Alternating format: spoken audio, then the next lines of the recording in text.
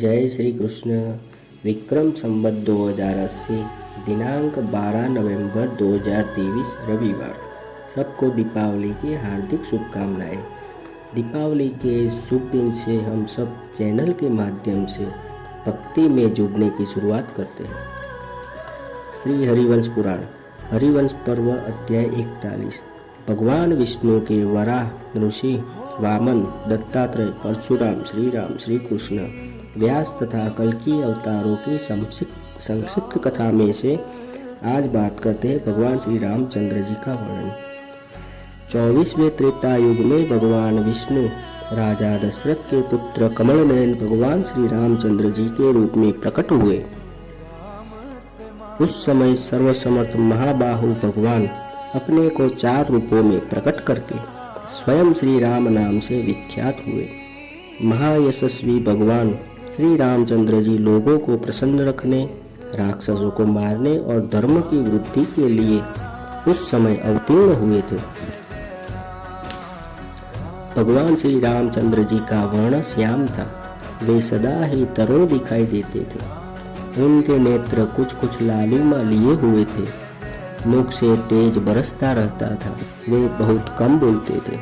उनका मुख बड़ा सुंदर था। वह सूर्य के समान तेजस्वी थे। दशरथ नंदन भगवान श्री रामचंद्र जी सत्यवान और गुणवान होने के साथ ही सदा अपने तेज से देदीप्यमान रहते थे। उनकी सूर्य और चंद्रमा से भी अधिक शोभा होती थी।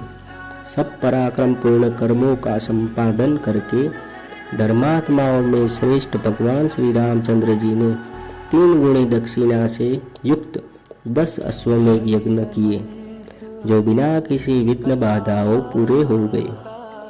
भगवान श्री रामचंद्र जी जब राज्य का शासन करते थे, उन दिनों कहीं अशुभ बातें नहीं सुनी जाती थी।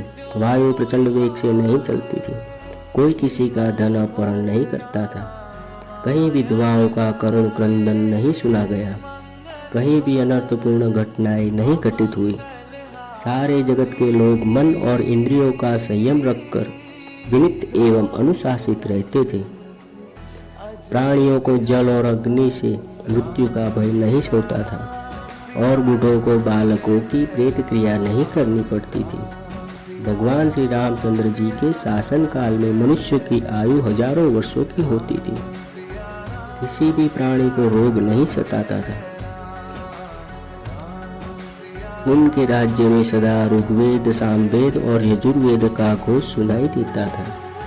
दान देने और भोजन कराने का उपदेश कभी बंद नहीं होता था। इस भूतल पर देवता, ऋषि और मनुष्यों सबका समागम होता था। उस समय सारा जगत जितेंद्रिय था। पृथ्वी पर डाकुओं का कहीं नाम नहीं था। एकमात्र भगवान श्री रामचंद्र जी ही सबके स्वामी और संरक्षक थे।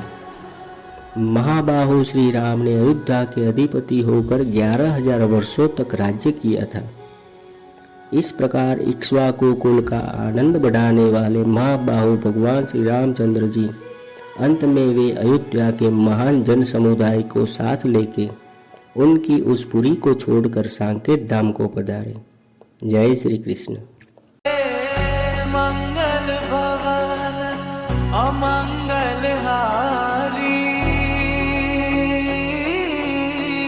द्रवहु सुदशरथ अजर बिहारी। राम सिया राम।